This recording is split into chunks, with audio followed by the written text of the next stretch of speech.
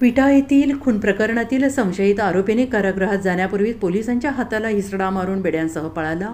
पुण्यातील रुग्णालयातून उपचार घेऊन कारागृहात येत असताना मध्यरात्री ही घटना घडली आहे। लक्ष्मण अण्णा चौगुले असे पलायन केलेल्या बंदीचे नाव आहे।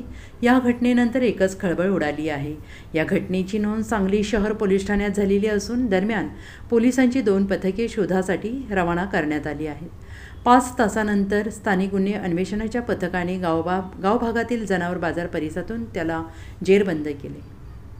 खानापूर तालुक्यातील विटा येथील 2018 साली झालेल्या एका खून प्रकरणात संशयित लक्ष्मण चौगुले याला अटक करण्यात आली होती। सध्या तो सांगलीच्या मध्यवर्ती कारागृहात बंदी म्हणून आहे।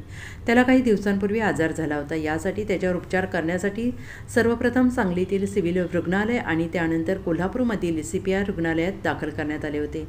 त्याला पुढील उपचारासाठी पुण्यातील ससून रुग्णालयात दाखल करण्यात आले होते। या ठिकाणी उपचार घेतल्यानंतर त्याला पुन्हा काल रात्रीच्या सुमारास जिल्हा कारागृहात पोलीस अंमलदार घेऊन आले।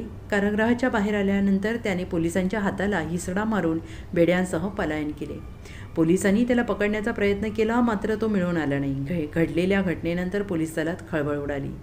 यानंतर तातडीनं त्याच्या शोधासाठी पथके रवाना करण्यात आली। 5 तासांच्या शोध मोहिमेनंतर तो जनावर बाजार परिसरातील एका बांधकामाच्या ठिकाणी आला असल्याची माहिती मिळाली। त्यानुसार त्याला सापळा रचून ताब्यात घेण्यात आले। दरम्यान कारागृहाबाहेरून पोलिसांच्या सुरक्षिततेतून खुनातील आरोपीने पलायन केल्याने पोलिसांवर प्रश्न निर्माण झाले आहेत। याची गंभीर दखल वरिष्ठ अधिकाऱ्यांनी घेतलेली आहे। Bureau report SBN Marathi.